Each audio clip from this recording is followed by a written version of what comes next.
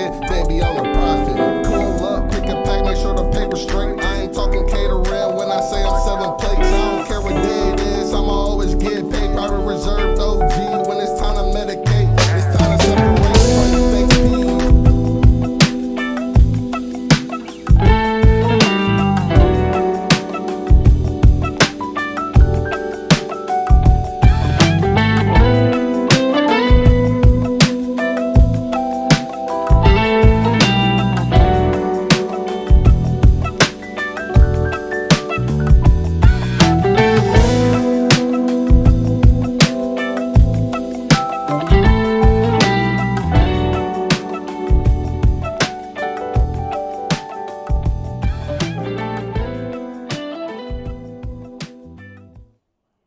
Back with another episode of GameTyme. I'm here with the legendary clothing designer, up and coming guru in the fashion business. You understand what I'm saying? With all the game in the world. We finna talk about how he got inspired and what it actually he does and how he offers it to you. You know what I'm saying? So without any further ado, I'm gonna let this man introduce himself. What's happening, y'all? This your boy BGE Vet, man. In the flesh. Been grinding every day. That's what it's for. And we're just gonna jump into it. So, it's been but before we start, though, I want to ask you, what's up? How your dad doing? Oh shit, that's you know what? He back in Miami. Okay. He back in Miami and shit, and he can talk. You know, my dad has a cool swagger. So when they talk, it's always, you know, yeah, you know, this, that, and the third, and then. And he just in it, you know. He can't really hear me when he talking. Right. His he in and out. Gotcha. You know what I'm saying? Yeah, I was thinking about that. You know, family first. Oh yeah, you know, I appreciate that. It ain't just all business, bro. Yeah, It's family. And you know, when you know, a military dude, you get taught to harness all that shit on the inside. Right. Keep it to yourself. You know, hurt internally, heal internally, and have 1,000-yard stare about everything. Got you. Every day, 22 veterans commit suicide. The pressure of being in the military and then trying to return home to American society or just regular society can be a challenge for a lot of our vets out there. A lot of them don't have people to turn to. So one of the things that we do to show respect for those fallen soldiers is we do 22 push-ups every day for 22 days straight. It's just something that we do to show support. We ask that you all continue to support our vets. And if you know anybody going through this problem, please give them some great advice. Thank you. But yeah, he's where he wants to be. He at home, still moving around, working, doing shit. And man, Pops had a stroke in August. So he's doing this thing right now. That's good. That's good. So what I'm doing, I put a little bit of oil sheen on nappy hair. Oil sheen acts as a little WD-40 of nappy hair. That's a little tip for all you people. I'm only nappy on the weekend. I'm gonna clip that and make a commercial. Now that works. Yeah. But you let that in, you put that in there, let that sit for a minute, and then you come back with the pick. I still got that same one you gave me too. You got it on you? Yep. Yeah. How long has it been since I seen? I cut the locks off. No, you ain't cut them off. My girl, she picked them out. She picked them out. Last time I saw you. They was off though last time I came. Okay. Cause I had got rid of all the beard and everything. Yeah. Yeah, so we still on the motion of getting all that back. You locking it back up? Yeah, hell yeah. I just wasn't taking care of it. I was tying them together with the hair, start thinning out certain dreads. Your shit start looking like Wayne shit? Yeah, that's exactly what it started looking like. So I just decided to start over from the ground up. I remember you had half your shit was white. I mean blonde. It's been like that for a minute. Yeah, it's finally done grew out almost all the way. I'm finna dye it blonde and ginger when I get to the house. Blonde and ginger. Mm-hmm. I don't really know how it's gonna turn out, but I'm trying to try something. Just need a new look. That sounds like a winner. Yeah. Pretty sure it's gonna be tough.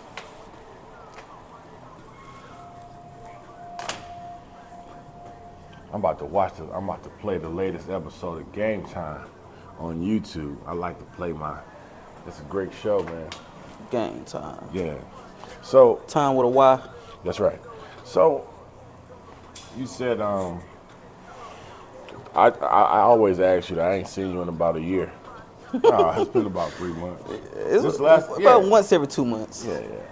Well, so we gonna do the sides and leave the top. Yeah, and we're not touching the top. Do you feel thin here? Is that what I'm seeing? Because I know I didn't cut you uneven like that. I really don't know, to be honest. That's a round part up top. I wouldn't have did that. It's probably how I had it picked out too. I don't know. Right. All right. Well, we are just letting it grow. Yeah, we're just gonna let it grow out. Well, okay. Do I at least get to round it off so where you ain't walking out here lopsided? Yeah, because it didn't look like that all smushed down. No. Well, that's what it was. What was it when you came in here? Shh. Last time I thought I cut we went higher. Okay. We went higher. Try to trim some of it off. Right, because your shit was crooked. Yeah, but I don't remember it lopsided though. A lot of times when you get dreads, you get locks. You know what I'm saying? People that cut your hair go up too high because they trying to cut, and they want to cut up to the locks, and they cutting up too high, and they get their bearings off. And it's a mistake that's made often, but not all the time. And then that just causes it to start growing in quicker. But since you got locks, the shit is up and the locks are hanging down. So it's not really being paid attention to. Right. And then when you go to try to figure out, but you've been letting your hair growing up to where that ain't even an issue. So I think the last time you gave me a t-shirt, it was a Hustle t-shirt. And it was a t-shirt. Yeah. I gotta get. Been grinding every day merch. You know what I'm saying? This is a inspiration for all the hustlers out there getting their grind on. Go to bgemerch.com or at bgemerch for all social media sites. And don't forget to log in and follow BGE Vet. But bgemerch.com, that's where you get all that funky stuff from. That's what I've been forgetting to bring, but I haven't got any more t-shirts. Okay. That's okay. Because I've been trying to move from the digital print to all embroidery. Okay. And just with the service and people I've been using, I haven't been able to get the t-shirts embroidered as big as like this hoodie is. So I've been trying to work on that.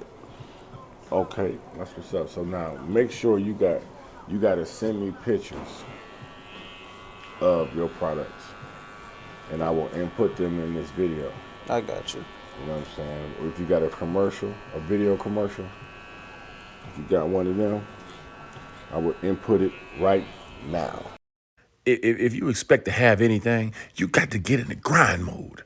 Grind mode is that energy, that focus, that drive that takes you to the next level. How we gonna get there? You got to grind. The grind defines the mind. Yeah. Get out there and get on your grind. What are you grinding for? The grind. If it ain't a grind, you ain't working hard enough. If you ain't tired, you ain't doing enough. Grind mode. Get active. My video guy, he was trying to get me one, but we weren't able to shoot until this Friday coming up. So I might have one of those by the end of the month. Yeah, I just been slow grinding though, piece by piece. So, but what got you into the clothing line? With the clothes, to be honest, it was really just a way to fund the music. Okay, so here's the thing. I got a question. So you say it's a way to sell the music, right? To sell the music and also fund it, like paying for studio time and shit like that. Oh, selling t-shirt, like yeah, the t-shirt game. Yeah. Definitely. And then you can stay on the t-shirts, or you can expand it into sweatsuits and hoodies and all the other good stuff. Yeah. definitely. But when you're making the money, especially starting out, even though I've been doing it for so long, like it's not generating the money, to pay the bills and keep things going. So you got to get creative with what you're doing, and at the same time, you got to brand yourself. So okay, now I was gonna ask you that. If you say let's say the growth isn't where you want it to be at this particular point in time, would you contribute that to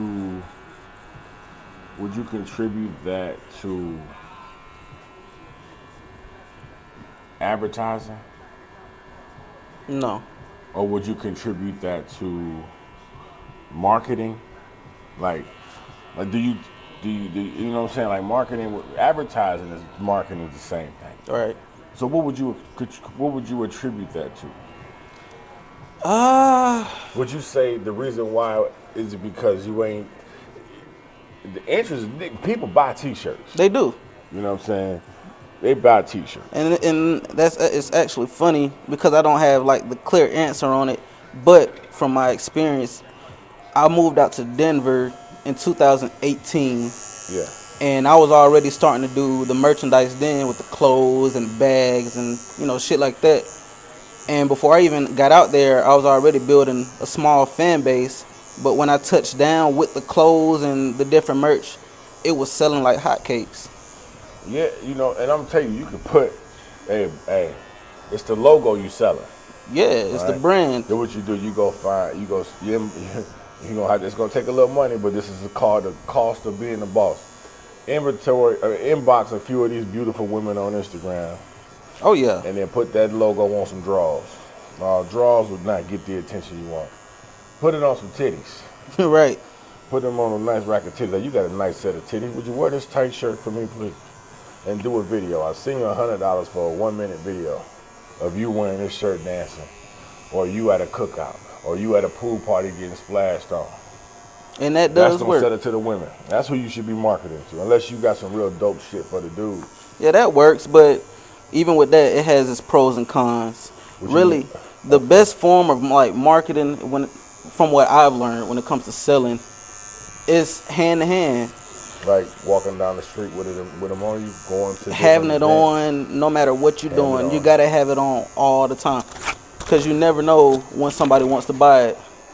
I keep mine on me every day. You gotta have it on. Pistol. The best way to sell is hand to hand, but the hardest part about that is inventory, because like you might pay like this hoodie right here.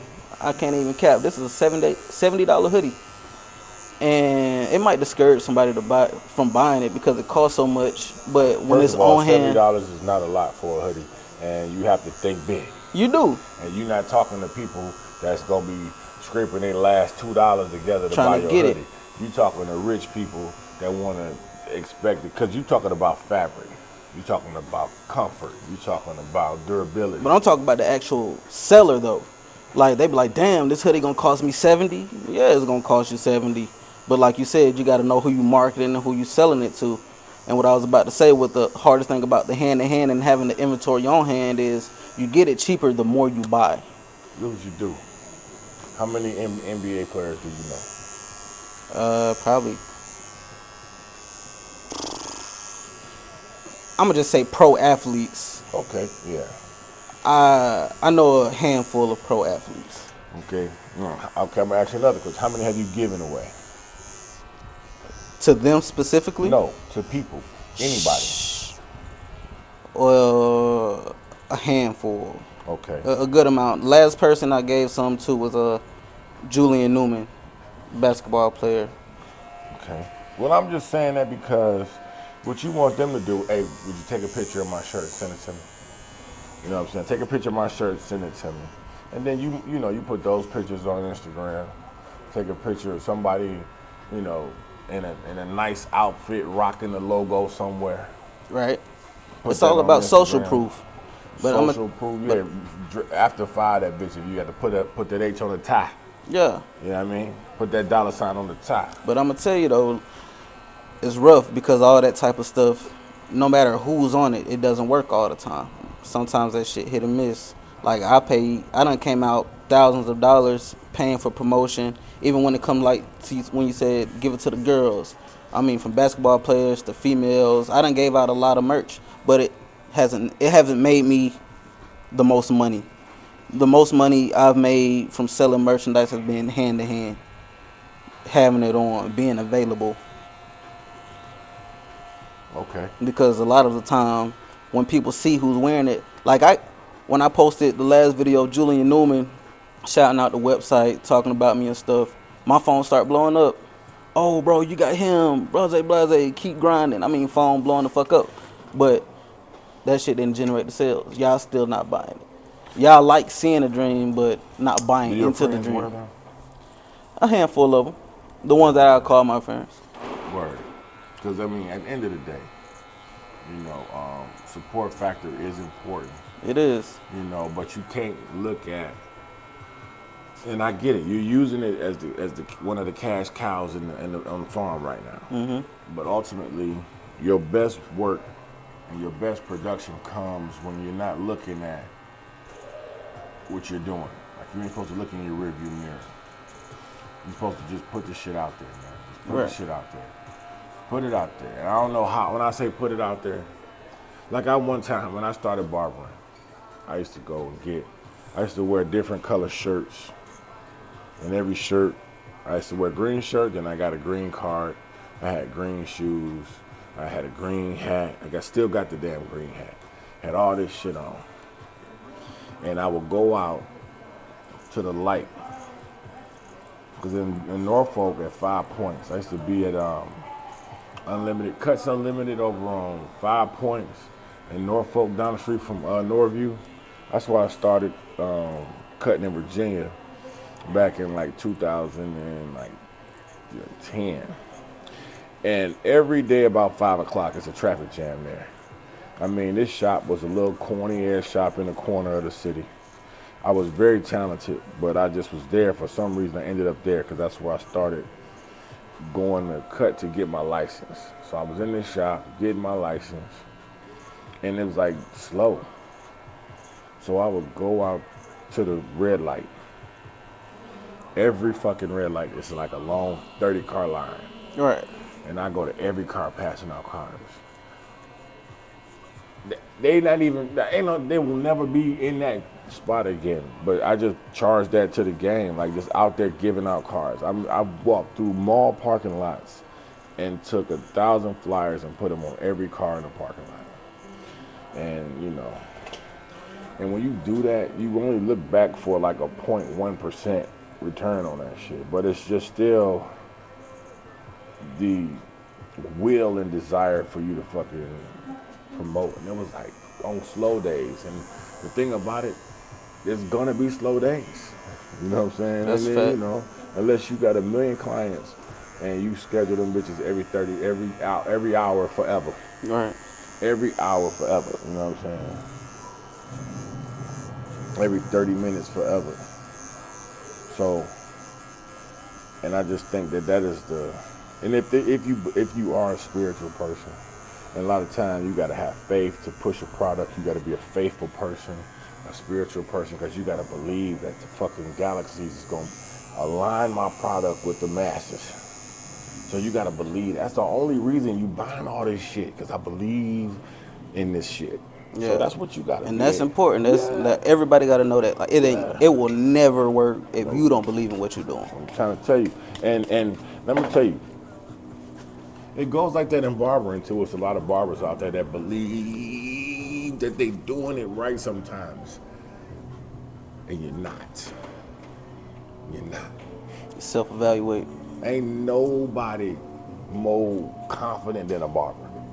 If I got one nigga booking with me, what the fuck you mean? I got cusp. I'm booked, homeboy. What you mean? I'm good. Like, no, dog. What you mean? I get money all day. They walk me, it's like whatever. But that's still a level of confidence you need to be in this game. Because you could have a bad haircut day, like shit, and then some people get scared off the game for it. A slow day could throw people off the game. Don't lose your drive to a slow day. No matter what the profession is. No matter what, every day it's gonna be slow days. It's gonna be slow days. That's when you work on marketing. And if you honestly know that you are not putting forth any effort to market, promote, go give a free haircut every day, give out free material. When I first started, I used to give a free cut every day. Somebody getting it. Somebody. Somebody getting it. And it was important to do that because it was almost like the karma, the barber God's gonna bless me for that. The barber God's gonna bless me for. Keep it, man. Let me tell you something. When I started barbering, we had the best groomed homeless men in the city. You understand what I'm saying? I was blazing them homeless dudes. I was dyeing their gray hair black. Word. I dyed this one dude, his whole head was gray. I dyed that shit black. That shit stayed black for 8 months. I'm like, man, you ain't bathing. You ain't washed your hair not one time. You ain't bathing. Ain't no way. That's about 8 rinses, homeboy. 8 washes. That shit is out of there. What are you doing? Oh man. Yeah. So it's a push, man. It's a push. And you can think you can fucking do babies, baby shirts, put that ass on jerseys, go to the doggone youth league, sponsor a team, and put your name on the top and chest, and then do t-shirt. I did that. One of my homeboys in Virginia, one of the homies I knew in Virginia, he had just started coaching his son's team, and they was like 10 and unders. And I said, man, can I sponsor your team? I put my logo on the front and their name and jersey number on the back. And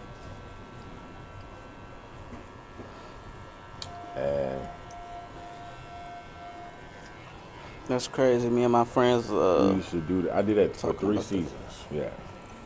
Over the days. But my thing was, you know, if you guys want to come through and get a cut, I got you. You know, and it was all me believing I was good. I look at some of my work back then, and I'll say that the practice has paid off, but they definitely appreciated that, and it was just something that I did. Did that help? Yeah, I'm sure it did. But, you know, that's part of your social responsibility.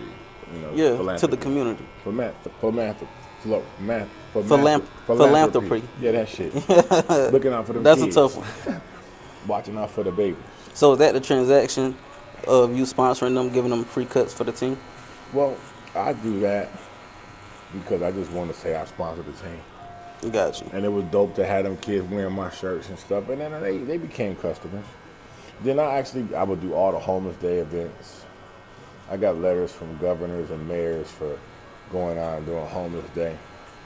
When I was in Norfolk, when they had all come down to the scope. And you get a haircut, get some clothes, get a jacket, get some socks, shoes, whatever.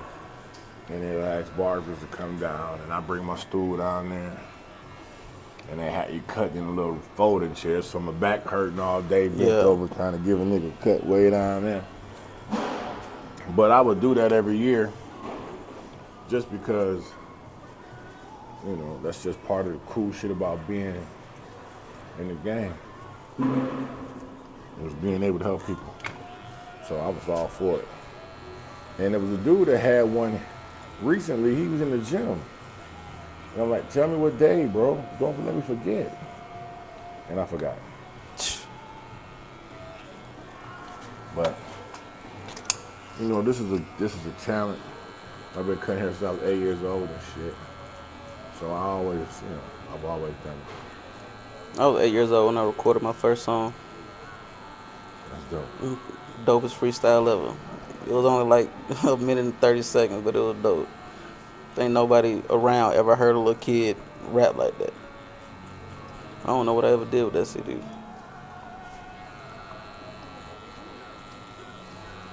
Yeah, I've been doing I've been fucking with the podcast game in so many different ways. I'm kind of glad it made its way to where it is now. Because for some reason, my philanthropy was through mentorship, you know, talking to young people. That's part of what you get when you go to military, you go to all these leadership schools. You get this desire to come out and be everybody's uncle and shit, you know. But then on top of not only that, you really get a look at where we are.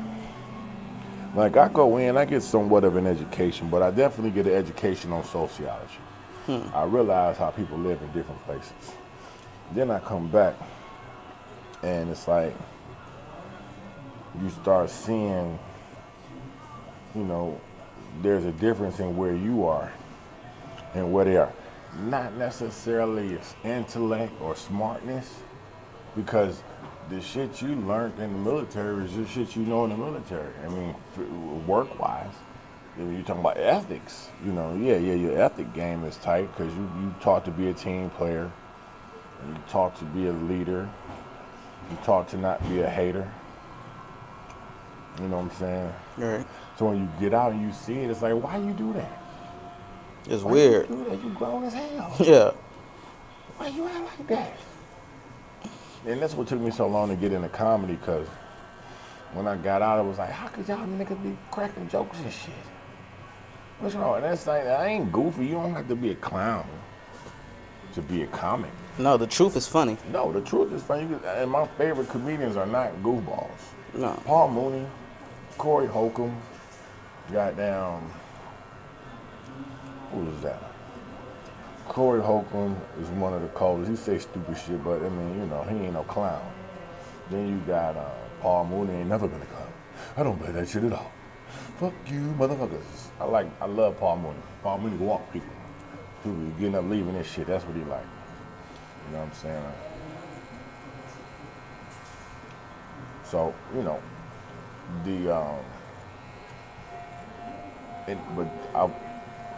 if you're gonna get in the game, you're gonna get in the game. Comedy is the way. Comedy, you come in talking your shit. Okay? Gotcha. Talking your shit, being yourself. You gotta be a gangster all the time, nigga. Nah. You gotta be no a gangster. way. You a rapper, you gotta be a gangster, nigga. But that's what's wrong. But that's what's wrong with it now though. Like that's why niggas dying and shit. Like we they not. only making niggas have to be these niggas. So, but like T.I. T.I. was I know T.I. I see him a lot when I'm in the comedy streets out here. Cool ass dude, man. I love his cafe, Trap City Cafe. Go down there and check out Trap City Cafe. They get comedy on Wednesday nights. They might do it more, but I know they do it on Wednesdays. And that's where you can see me every Wednesday night, Trap City Cafe. I be getting my money on up on the stage and shit, talking my shit. So come on out and check me out at Trap City Cafe. Fuck with your boy. But Tip is funny as hell, man. And So he's actually good at it? 20 years. When he came out Rubber Band, man. You might have known him too. Right. You know what I'm saying? I was like, but then I get it. Like Boosie next. That Boosie might next, be nigga. hard though, seeing Boosie doing some stand up. That shit might be hilarious. Boosie next, and I don't think he'll do stand up. He'll just do live. I mean, he'll be doing like he'll get paid more for going live and talking shit around a goddamn house. Yeah. Than coming out on stage trying to get a mic and say and do that. That's what Charleston White does. Right. Charleston White is a great nigga on the internet talking shit. Now he just take the shit and come on stage and try to be like I said on the live. But he just hustle. That nigga's a hustler. Shots out to Gilly and Wallow. Yeah, you seen that deal? Shots out to Gilly and Wallow. $1 million game. They signed a $100 million deal. Man, I saw them. They had a video out of them on the internet. Signing. I might drop that video right there. But they got a video of them. They got a video of them signing that deal. And you got John Legend in the background hollering, "We gonna be rich forever." Ooh, ooh. You remember that that shit. Yeah. Oh. And that nigga hold a big ass bottle of Amsterdam. You know what I'm saying? And he's Gilly just rocking back and forth, nigga. Like he looking at that paper like, oh my God, That's crazy. believe. It's like your last. It's $100 million. So Wallow got it. He opened it up. You know he hyped us. You know how Wallow is. He's right there. Wop, he signed that bitch. And Gilly just sitting there with that bottle like he just thinking about, this is my last day being a broke nigga. Facts. All the noodles. Yeah. All the cold night. Nigga, we made. All the getting roasted because I ain't had what I wanted. Or all the times I felt like I got fucked from not getting the money I wanted from Cash Money. Right. You know, all That the young times money, they big thought money. I wasn't gonna be shit. Right. All the motherfuckers said, it's over with, baby. Now. And then he signed that shit. He crying and shit. He signed. Now, if all you do is sit around and talk shit, now I'm not saying that that's what they do. I'm just saying, when you're on the podcast, there's two cats talking shit with some cats, and then, you know, we spit some facts and go ahead with that. That is a move. It is. To get the $100 million deal. Now, I'm gonna tell you how that looks to me. Now, I think it's dope, and I'm glad they got it. You know what I'm saying? And I hope that somebody come and bring me a $100 million check. I'm ready for mine too, and I already know the song I'm gonna play. So bring me my $100 million. I'm waiting on you. Hopefully, you're watching this as one of the million persons after I got it. Like, I gotta go back and see where he had said that at. But anyway, bring that check, my nigga. And I'm saying though, if a record label came and gave you $100 million, do you think you won there? I do. I think I won. It's, of course, more I could do, more money to make. But at that point, that amount of money, I have won. I beat all odds. I could take care of my family, generations, investments. I have won. The work doesn't stop. Right. But, yeah, I most definitely won. No. That's good. Do you know anybody? Okay, so like Birdman got a deal. Now, I don't know how podcast. I'm assuming they probably got that shit with like maybe a Amsterdam or Barstool Sports or whoever they fuck with. You know what I'm saying? But that, what stipulations come with that? Because, like, think about it. Nori got a check for Drink Champs. From Revolt, yeah. From Revolt. And that's why Nori had to go and apologize for what Kanye was saying. Now, if you're doing business, you're doing business. Right. We doing business. So that means, like Kevin Hart. Because that's the thing I love about Kevin Hart. I can't wait to see Kevin Hart after the Hollywood. Right now, he got, $100 million movie deals, commercial deals. He's Mr. Hollywood. Got the network channel, the channel on Fox, on the Sirius channel.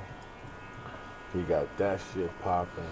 Yeah, he most He all definitely over bossed TV. up. He on the games. He on the NBA games because he's sitting there doing the gambling shit.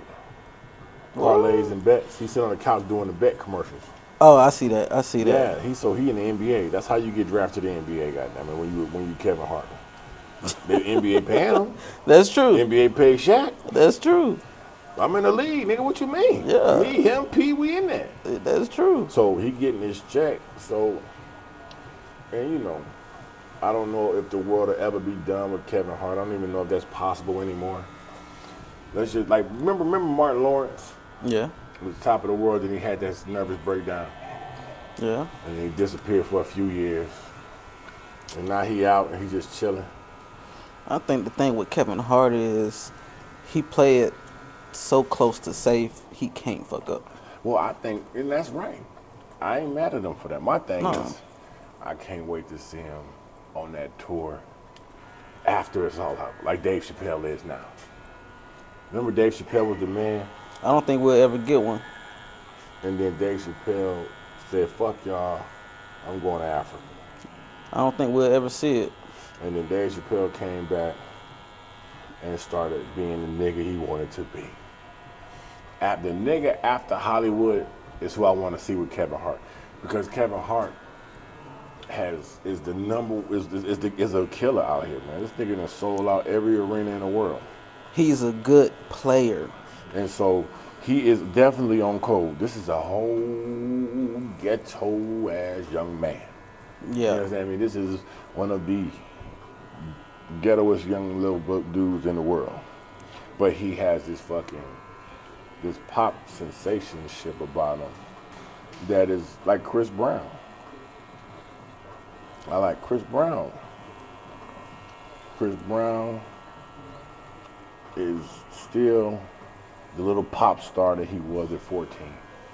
He still sells out arenas and does shows and gets top dollar for his behavior and his dancing and his singing, and he has to maintain that pop. He can't get married because every little 14-year-old girl still loves, every 17, 18-year-old girl still loves Chris Brown, like Michael Jackson used to be. Yeah. You know what I'm saying? Like this mic. That mic. People. Right. He on top of the mall right there.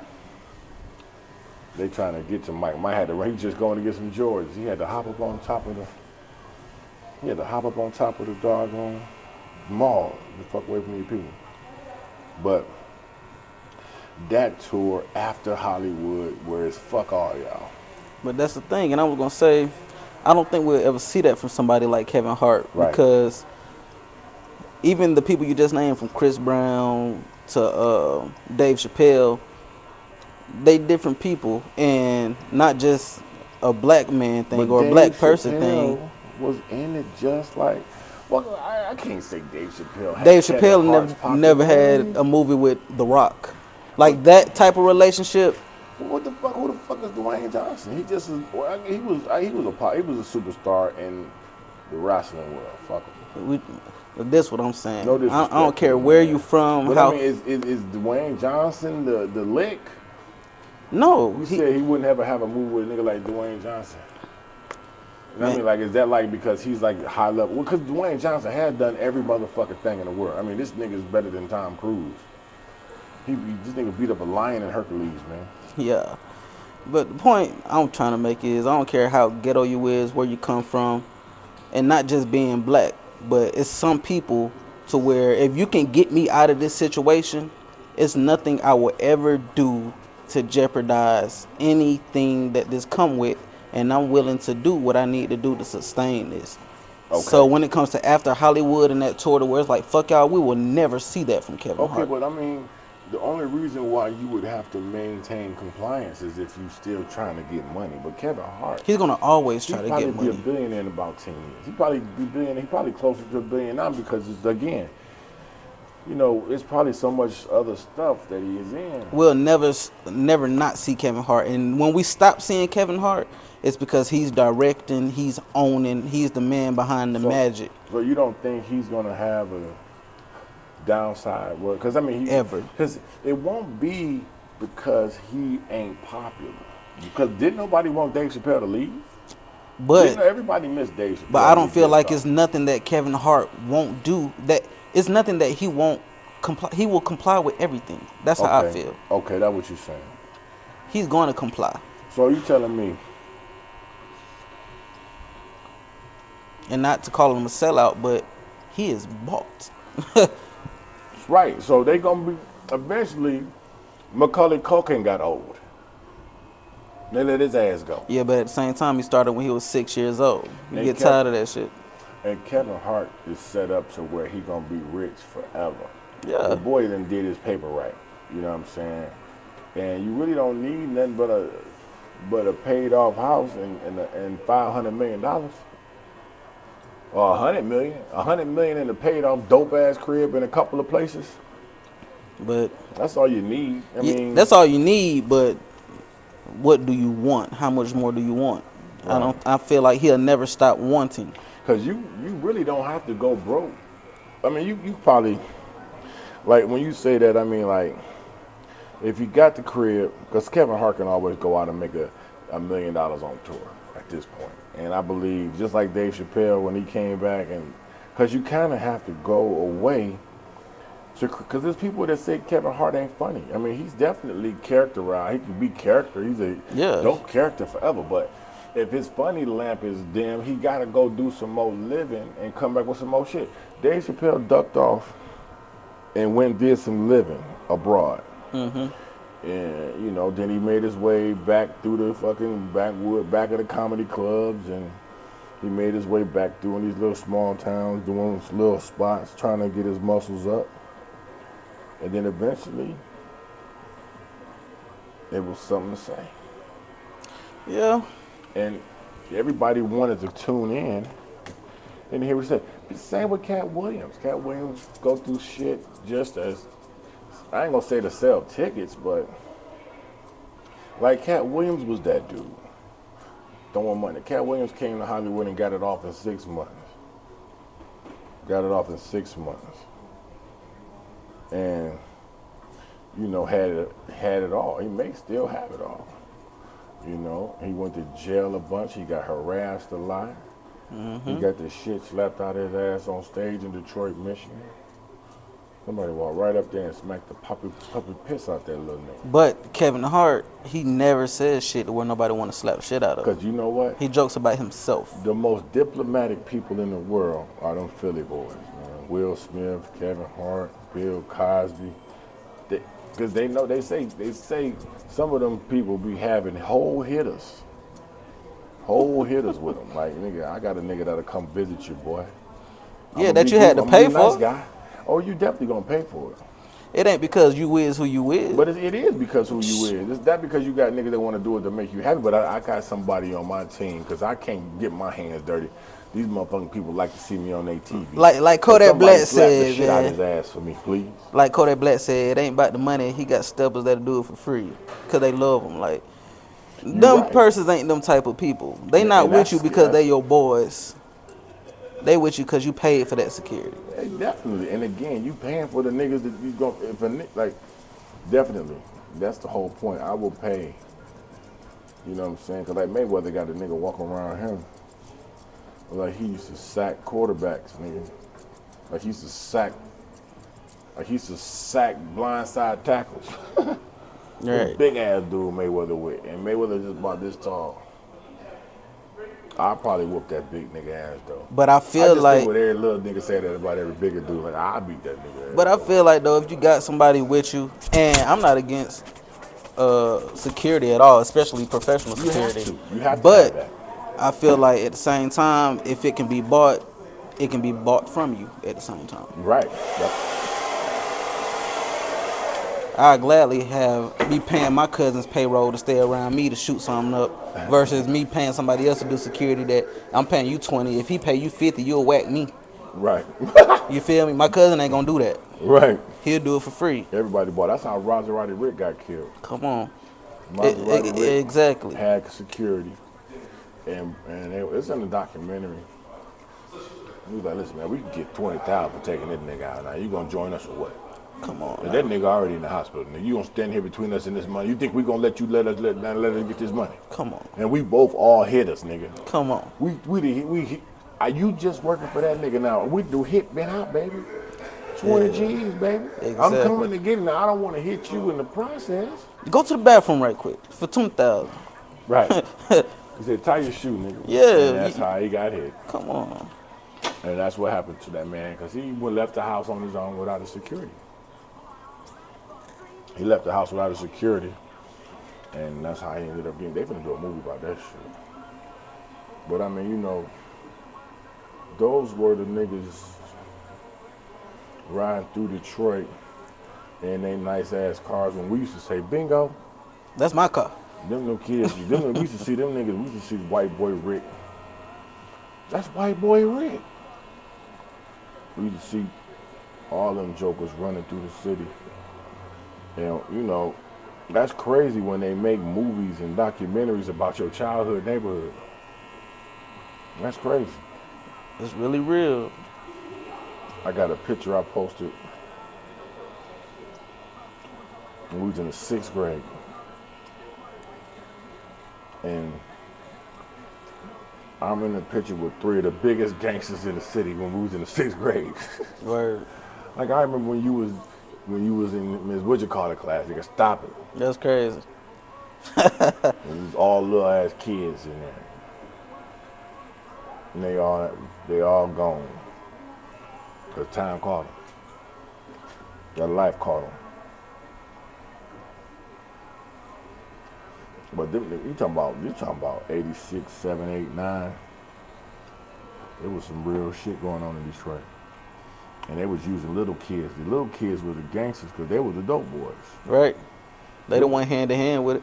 Yeah, they're the ones that, because if you go to jail at 12, your mama can come get you out. We'll give your mama a couple G's to come get you out. Right. Turn her back, let you go back to the street, make her your money. And then you know, that's why they call them boys the young boys in corporate by the time.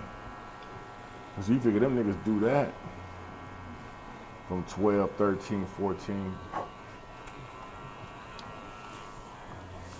You know what I'm saying? By the time they do that for 3 or 4 years, they buying their own bricks. You saw the movie? Yeah. The show? I seen it. How long, if you in the game, you in the game. Like, nigga, how long go time? How much was the rent? 15,000?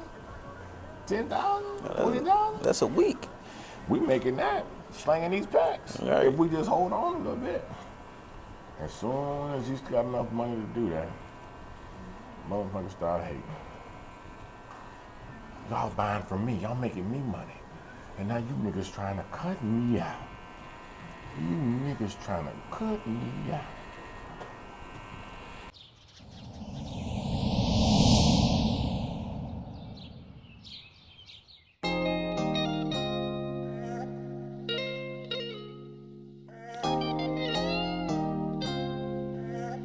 Get that bag, get through. Hey, lazy, this shit is crazy.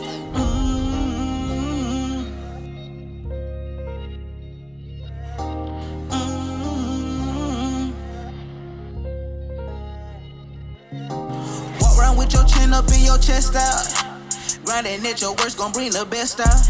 Just get yours, don't worry what the rest got. Gotta keep rolling even when the rest off. Grind mode, punch the clock, then punch into the time code. Pound soul, even in the drop, the boy gon' find lows. Eyes closed, I can still count money with a blindfold. I suppose you can do whatever when you're grind on. 9 to 5, overtime, come from serving beans and dime. Beat a crime, jump right back into it, get on demon time. Even I had my bad days when I can't move around. You a clown, think I won't shake back, bitch, I can move the ground. I rule the crowd, I'm like Buddha now. Getting money, I'm a rich shooter now. So serene and Celine, rockin' Louboutin. Pay the shooter fun, I ain't doing none. Bust down that Grammy, bust down her mammy. Stand for my daughter, she gon' stunt like her daddy. Not from Milwaukee, I got big bucks, no whammies. We ain't got no Grammys, but we be serving Grammys. Walk around with your chin up and your chest out. Grinding at your worst, gon' bring the best out. Just get yours, don't worry what the rest got. Gotta keep rolling even when the rest off. Grind mode, punch the clock, then punch into the time code. Pound soul, even in the drop, the boy gon' find lows. Eyes closed, I can still count money with a blindfold. I suppose you can do whatever when you're grind on.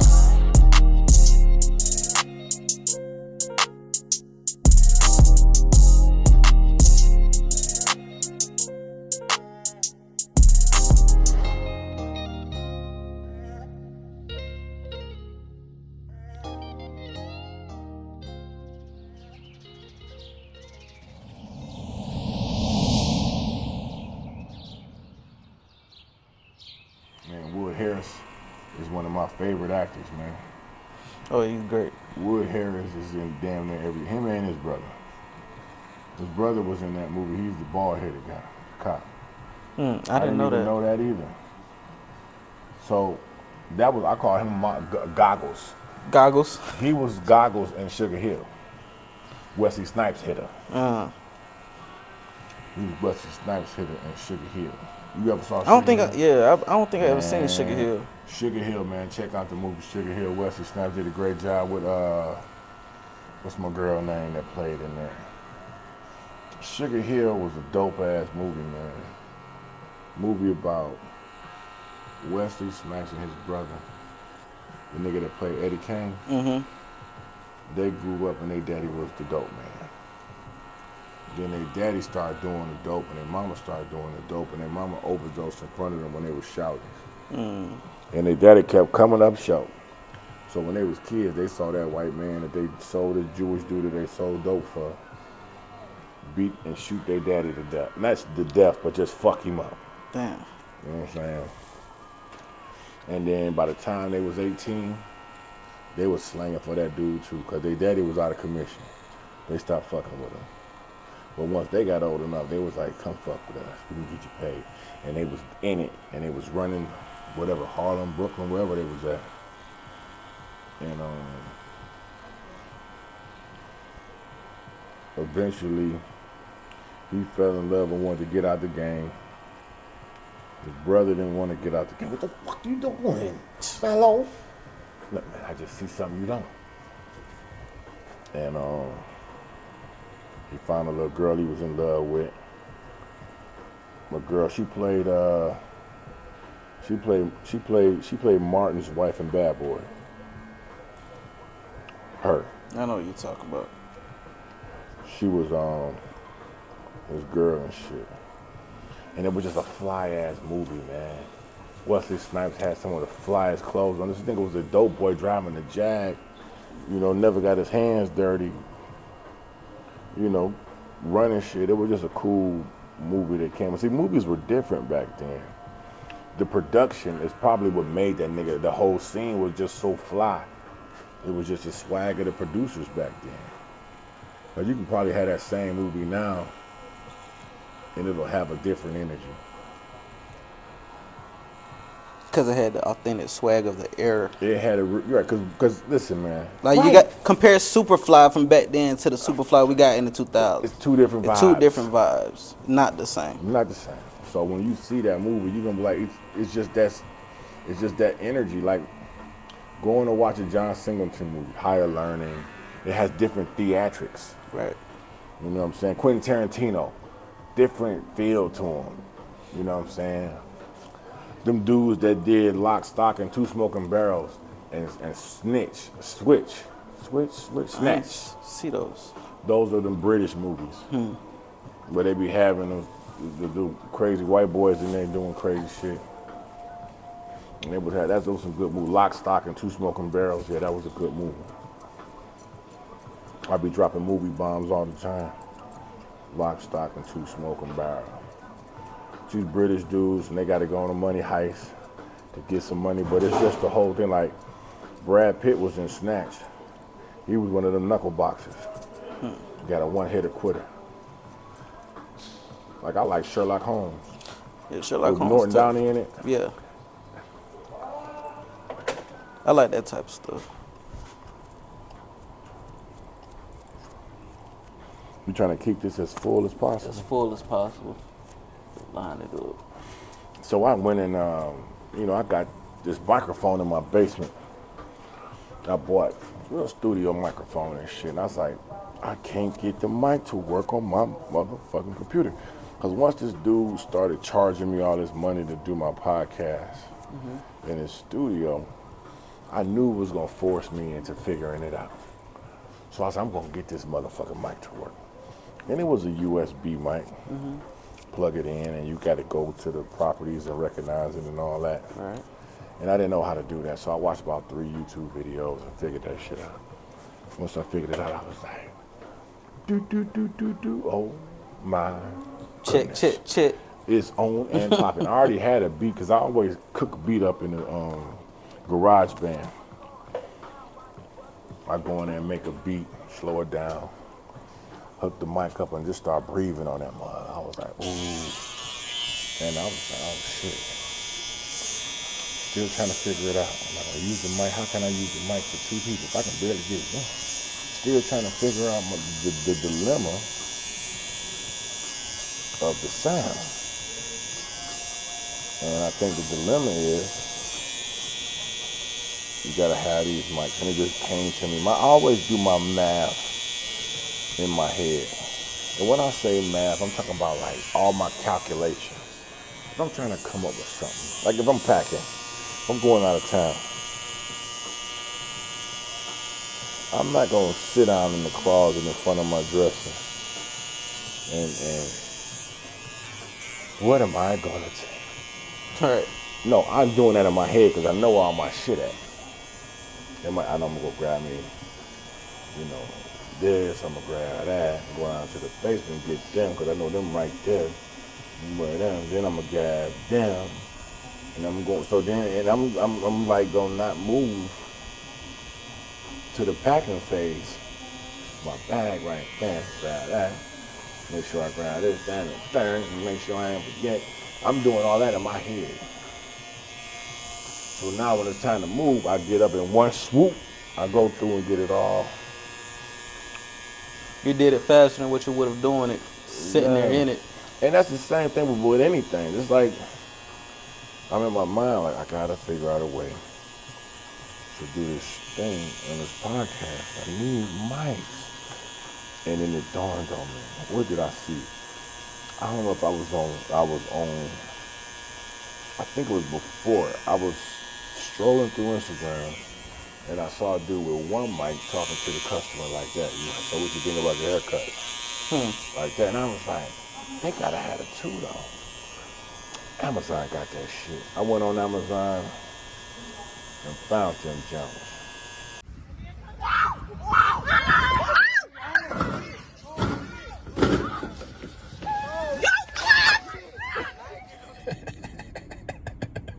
Yeah. See, I'm gonna tell you what happened. See, back in the 80s when we was on the damn giant slide, they had about 7-8 coats of paint on that motherfucker. Yeah, they had about 7 coats of paint on that thing, and that paint being on there slows it down. And since it's been closed for so long, the weather has rusted it out. So what they did, they went up there and sanded all the paint off back down to stainless steel like the sliding boards in the hood. Because I guarantee you when they first opened up the giant slide, that thing was fast like that. But the rust came, so they just painted over it. So what y'all got to do is you got to put a couple coats of paint on that mug, and the thickness of the paint is going to slow that ride down. But when it's on them doggone sacks, and the sacks and the doggone stainless steel, slicker than ice. Now, they only gave you the sacks because the paint had got so thick that it was slowing down the ride. So that's when they gave y'all the sacks. Yeah, that's exactly how that shit happened. So yeah, they are going to eventually have to put a few coats of paint on there to slow it down. The more the paint, the slower that ride will be. Thank me later. I was like, that's it? And I said, well, if I got 10 mics, I'm doing it in my shop. I already got the background. Right, you got the whole setup. I got the pictures. I got the privacy. I'm always doing it after dark. Anyway, I just tell people to come through late. And that way everybody gone. Or come through early like on Monday and shit when don't nobody really be here. And with the mic right here, I'm only concerned about noise other people talking, because normally it's gonna always be somebody. Like on Saturday afternoon, I wouldn't try that shit.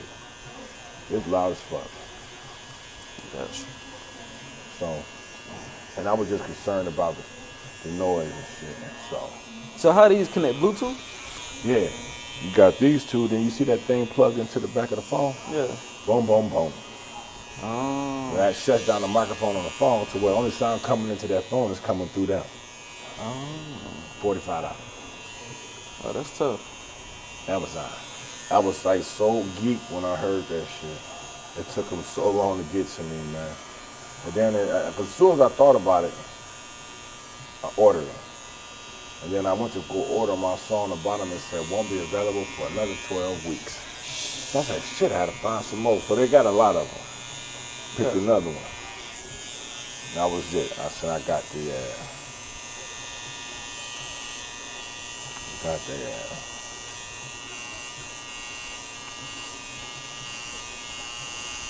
so now it's over with. My vision is in place. And I've been doing this math since 2017, 2016. Because I was thinking podcast in 2015. Okay, I gotta get a podcast. I ordered the fucking microphone speaker shit. microphone transmitter shit. I ordered that. And I didn't even know how to use that. I'm like, what is this? So I set that down for a year and a half. So then I had a customer. And one of my homeboys in the barbershop, still my dog to this day. What up, Rock? Make sure you come through, man. And we was like, well, the young boy said he'll charge us $30 an hour for some studio time. That's what I'm saying. He said $30 an hour. And all we doing is sitting on his couch recording this shit. And he's sitting there with his whole shit out. The whole studio set up for him to record two niggas sitting on the couch. So I'm like, fuck with that for a minute. So when it came time to pay the man, the person I was partnering with, I was like, hey man, it's $100. Gotta pay, or whatever, it was $30. I was like, man, we gotta pay 30 a piece, man. Like that. And the nigga got mad. What? He said, why I gotta pay $30? Nigga, I bought the weed. I said, this is a production, bro. This is an investment, man. I brought This is an investment, man. So then I did another one. So after that, I was like, bump it. That was 2016, 2007. Cause me and this dude used to go every day when I was in the shop. Every day we'll go at 1 o'clock and we'll go out to the truck and smoke a blunt.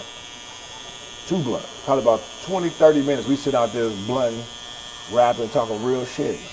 I'm like, nigga, we should be. And all the time I could have been recording this shit. The whole time in the car. In the car the whole time. It was we had some dope ass conversations, man. He was from Brooklyn. He about the same age as me, and we just used to talk about some real shit. Plus, he's like a knowledge. He's a 5%er. You know what I'm saying? So he got a lot of knowledge of kinetic information and spiritual information. He really helped me understand a lot about having knowledge of self. And he just was a real interesting dude with a lot of information, the type of nigga you would want to be on the show with. Because although I was intelligent and I had a lot to contribute, he had a lot to contribute, and I thought we fit perfectly. And I mean, I just think that's just a chemistry thing. We had a great chemistry in the shop. You know, we was on the same shit, and I just thought it was golden. And I would always tell him, man, we should do one together, man. And then it came down to it, it was like, nigga, you want to pay? I was like, nigga, we building. And that was in 2017. So I was like, fuck it then, man. Fuck it then, man. That's weird. And then I ain't saying nothing else about it. And I was like, I left the shop. I left the shop in 2019, and I was in the suites. And I was like, you know what? I'm going to do it in the suite. But I was across the street over there. And I was like, I'm going to do it right here. So I got in the suite. It's just the suite was small. I had one person come through. I recorded it, but it wasn't a good recording at all. Maybe I'll post it. It was a bad recording. The camera was not looking right. I had the camera wrong. It was a good room. I didn't even have it on the dude. I had it on my back. Oh, damn. Just a bad. It was a good conversation, just bad production. Make it an audio podcast. And so that's what at that point I said, boom, I'm gonna do an audio job. I said, you gotta be a way. I said, you gotta have a way to put that shit on audio. And how can I? And I said, that's when I found out about Anchor. Anchor will allow you to drop content into their production. So they got basically a podcast company that you can download your content to. They give you sound effects. They let you produce your shit right there on their shit. So once you do that, you publish it right there. And then they'll put it out there to give you some, they'll give you some, what they call advertising spots. If your shit start taking a listen, niggas start fucking with your shit, they'll give you some advertising spots. You get paid every time your shit is played. You know what I'm saying? So I started interviewing entrepreneurs and talking about entrepreneurial shit. And I still did it. I think I did one. Then I got off into topics. You know, I started talking about masculinity and, you know, things that cause I always felt like this is the way you talk to your great-great-grandkids. You know what I'm saying? You put the game down flat. See, your music is going to be able to talk to your great-great-grandkids. You're doing music. You can lead your conversations to your great-grandbabies through your music. And you will live forever. Your structure will live forever. Your instruction will live forever. You know what I'm saying? Your point of view. That's why your boy Kanye is speaking his mind and being 100% stand-up nigga. I'm a stand-up because at the end of the day, he got kids. Y'all niggas kill me, my sons ain't gonna never say I was a punk. There's enough information. I didn't put it all out there for my kids. Because this woman trying to take my kids from me, and they can have me killed. They could have the nigga killed. Them the Kardashians, bro. Them the Kardashians, bro. They can put something in that nigga car, have that nigga locked up.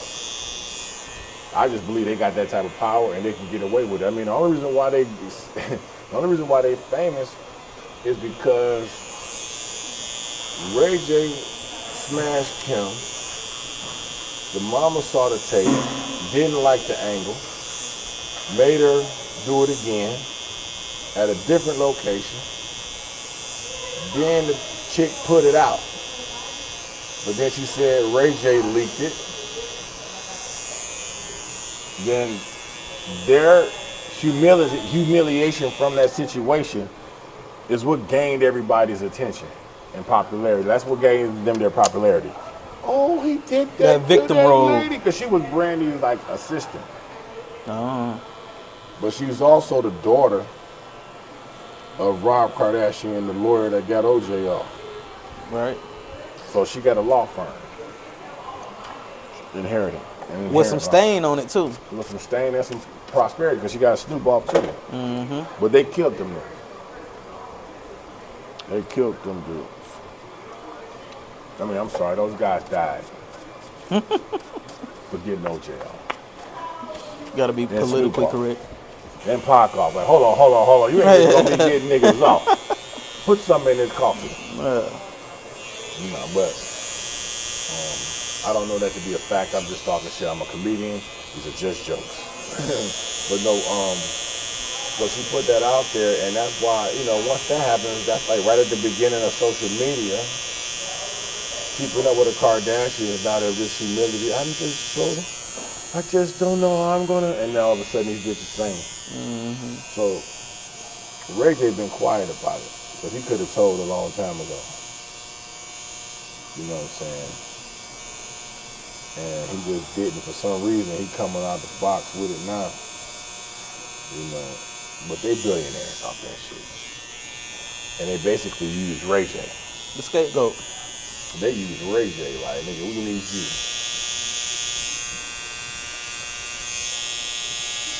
We used you.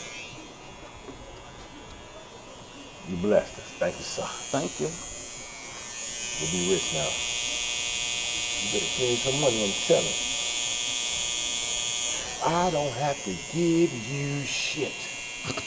I don't have to give you shit. Okay? Is that Prince the King? Come here, Prince.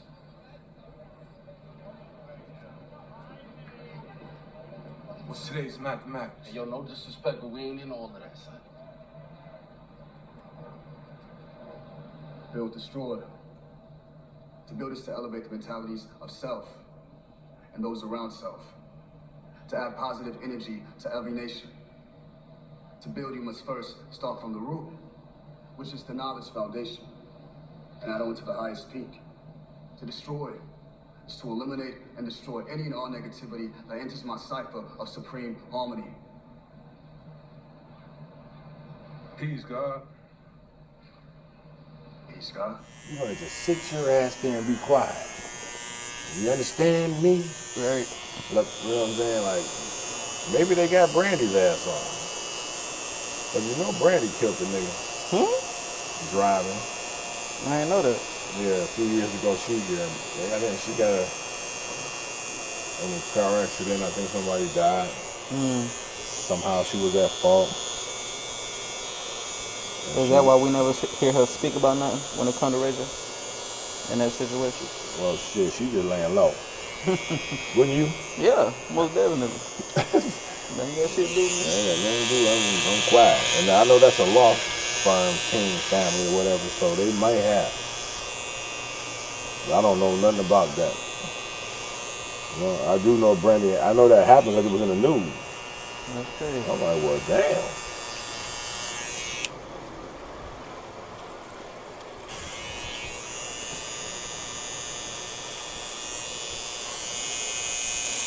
Do a little bit of crop dusting on that mustache and beard so you don't look like Anthony Hamilton. That thing just don't want to connect right there in that corner. Hey man, you got pork chops. Yeah. Look at my face. I got one of those. My shit won't even act right, man. But I've embraced it. And that's why I don't cut my hair like I used to. I used to cut my hair every week. I stopped doing that because for some reason, I just felt like, well, I went in grind mode when I was in, I've been working out for a year now. So I went on grind mode and just stopped cutting my shit because I'm working out. I lost a basketball game to a nigga. And I was just tired. Look, speaking of grind mode, y'all go check that music video out. Which one? Grind mode. You got a grind mode video? Yeah. Send me that. I'm putting it in right there. Gotcha. I will put that video in this episode. Are you shitting me? You send me every fucking video you got. It will be on this episode. How many videos you got to give me? Well, that one video can bring them to your... To the channel. Hell yeah, brother. You send me with anything you want me to put in there. I'm just going to do that because what I become is an editing guy now. Because, like, I'll fuck with, like I said, I was taking the recording that they were making for me over there. They would just record it and put it on VMO. I would just download it to my phone and then put it on YouTube on my page. Right. And I done paid them for that. And then, they gonna keep taking my money. I'm just like, man, I wanna do this, bro, but I can't do this if you keep on, that's a mortgage, motherfucker. That's, you know what I'm saying? 150 times every week, nigga. 150 times 52. You must think I'm crazy, nigga. That's damn near $7,000, $10,000, nigga. Right. Like you said, down there a mortgage. Oh, man. And you know that. And you pay they pay some people to do that. So anyway, whatever. I just feel like, man, I got a lot more shit to talk about. And I gotta, this is better. And I've always known that I could have did this. But they threw this in my lap. And I took it knowing it's just gonna motivate me to do it the right way or do it my way. So since I've done it, I started, I recorded, I put it on a video editing app. I started by dropping in a couple of videos in there and then sending it to the streets. Like, okay. Now that I'm producing it, I took the front off of the other video, kept that, paid for that. See, that's the look right now. That's the episode.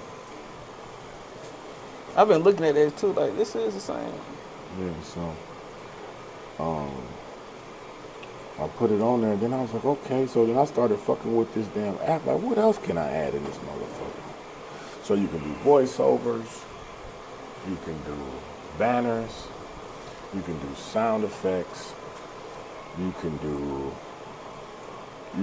take this one video and then you can mark the spots you want to stop it and break it, drop a commercial in there.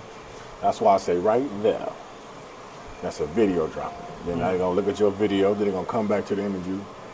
They can fast forward the video if they want to, but this is just reference points. Right.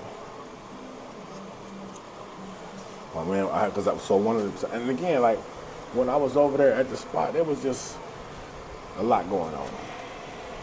You know what I'm saying? First time we did it, it was Monday nights. I would go up there and record, and it'll be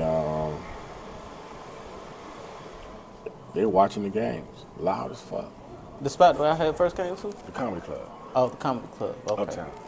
And it was just Monday night, so you got a lot of that shit going on like right over there. And I'm like, then they let niggas walk in and watch TV while we record. Still charging.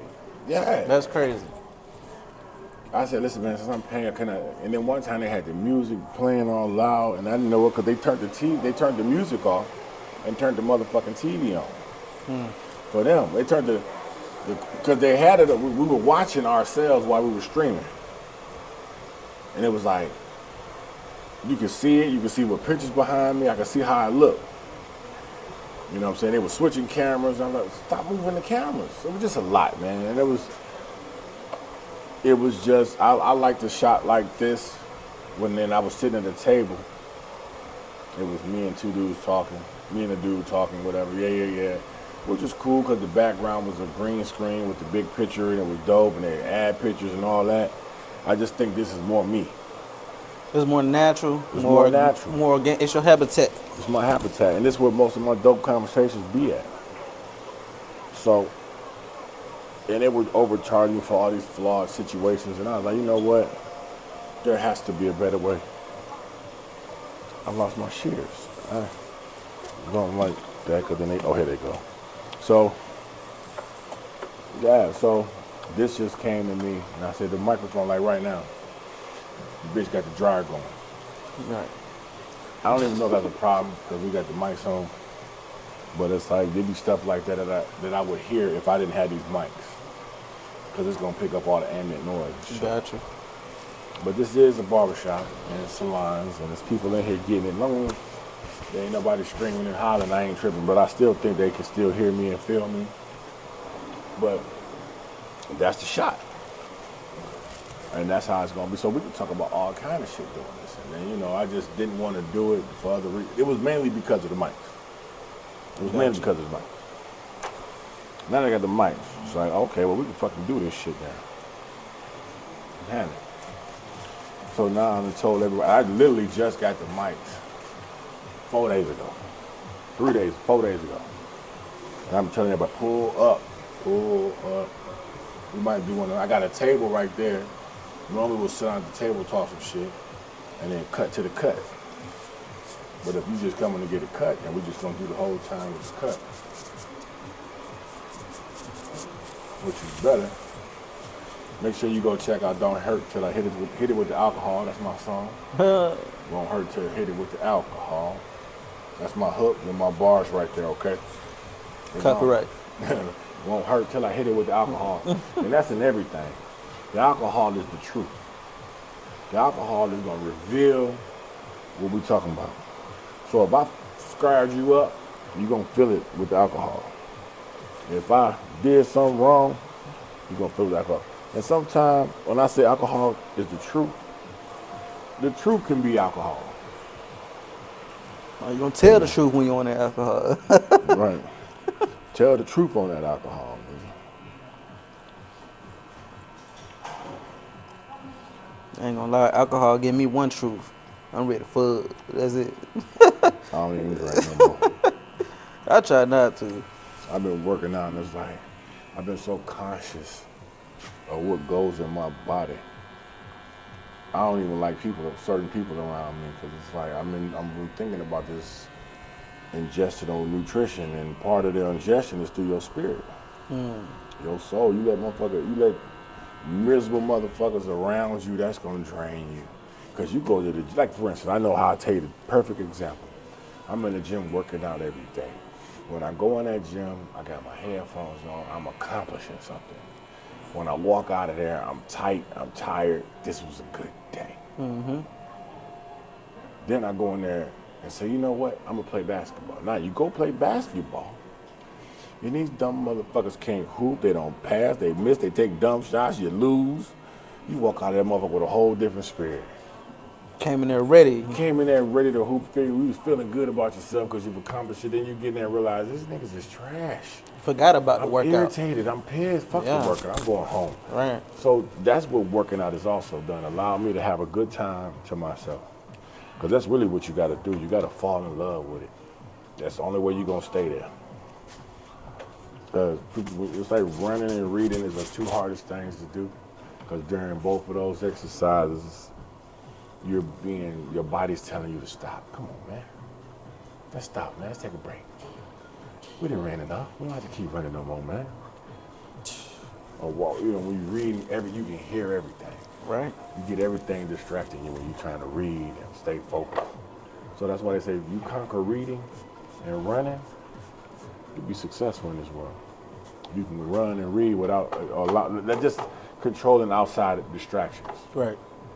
Being able to do what you're doing without getting distracted. Have an ultimate focus. Mm-hmm. So, please, drop your information, how they can find you, or just, you gonna drop the commercial with the clip in it. Now we can drop it right now. Let them see the hoodie and shit No, too. you say it. Say what you want to say to the people. All right. And then you can drop your Instagram and shit, but then at the same time, you can send me that shit in a video of you saying it, or a picture of all of those on it. And then I'll drop it in at the end. Okay. Or in a couple spots with your shit on there. Follow my man. Got you. And it's either you can make a picture with all those dotted on there. You know, you can go to create. Like a collage or something. Like you can go to create on Instagram, and then you can type in some words, drop a picture in there. All right. Do that, and then put your shit on there. That's how I made that picture up there. I see. I was sitting outside. That's the emoji and shit. Then I put my emoji up, and I put all that on the picture on it, and I screenshotted that shit. Yeah. And now it's in the frame.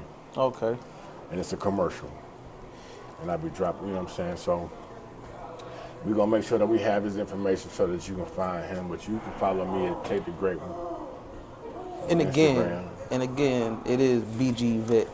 BG Vet. BGE VET Vet. Like a veteran. Always been ahead of my time. I really appreciate y'all stopping through. This has been another episode of Game Time. Congratulations to everybody that's been paying attention and getting down with it. I wish you all the best. Peace. Peace. Make sure you go to BGEmerch.com to copy one of them sweatsuits. They come in all colors. Make sure you go follow my man BGE Vet on all websites and BGE Merch on all platforms. You know what I'm saying? Thanks for your support in advance. Peace.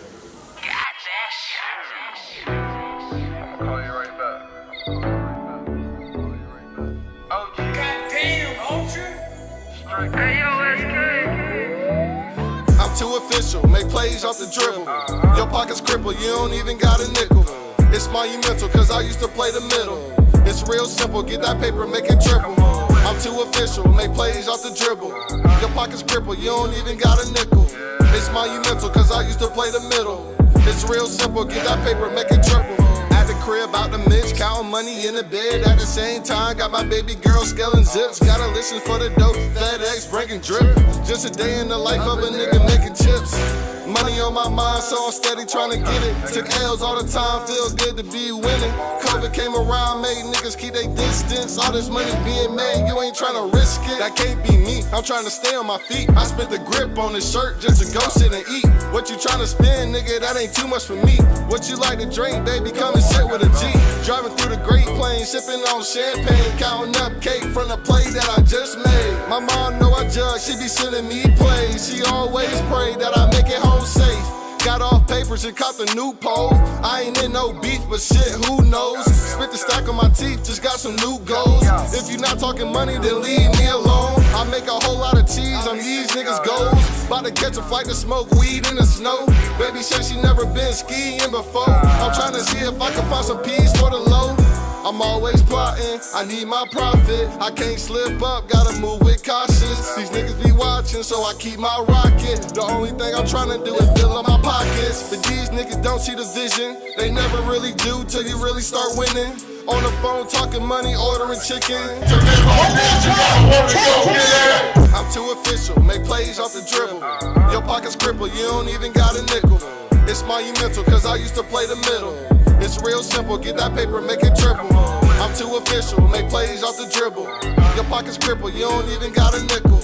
It's monumental, cause I used to play the middle. It's real simple, get that paper, make it triple.